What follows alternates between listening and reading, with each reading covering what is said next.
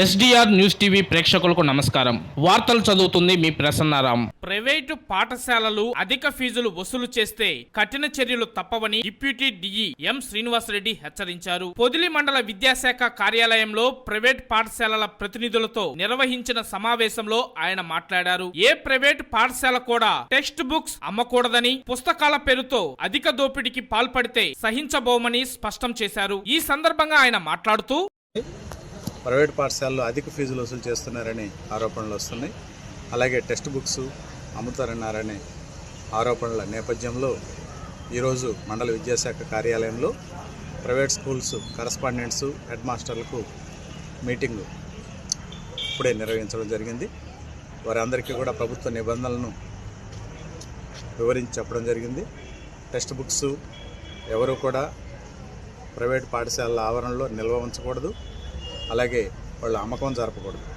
అధిక ధరల తక్కువ ధరల అనే అంశమే ప్రస్తావన లేదు. ఎవరు కూడా బుక్స్ స్టాక్ చేయకూడదు, అలాగే అమ్మడం కూడా చేయకూడదు. అధిక ధరలకు అమ్మినా నిల్వ ఉన్నా వారి మీద చర్యలు తీసుకోవడం జరుగుతుందని వివరించి చెప్పడం జరిగింది.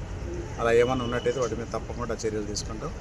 అట్లాగే అధిక ఫీజులు వసూలు చేస్తున్నారనేటువంటి ఆరోపణలు కూడా నేపథ్యంలో వారికి ప్రభుత్వం నిర్దేశించిన ఫీజులు మాత్రమే తీసుకోవాల్సిందిగా వారికి గట్టిగా హెచ్చరికలు చేయడం జరిగింది.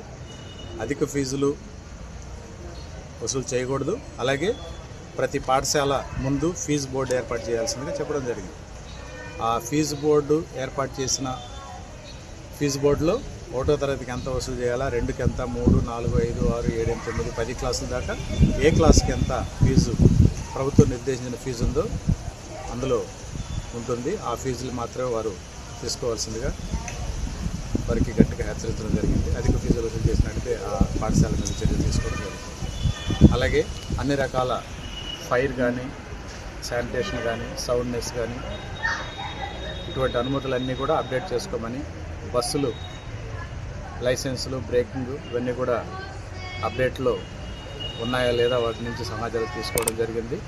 అవన్నీ కూడా అందుబాటులోనే ఉన్నాయి, అప్డేట్లోనే ఉన్నాయి. 1-2 పాఠశాలలకు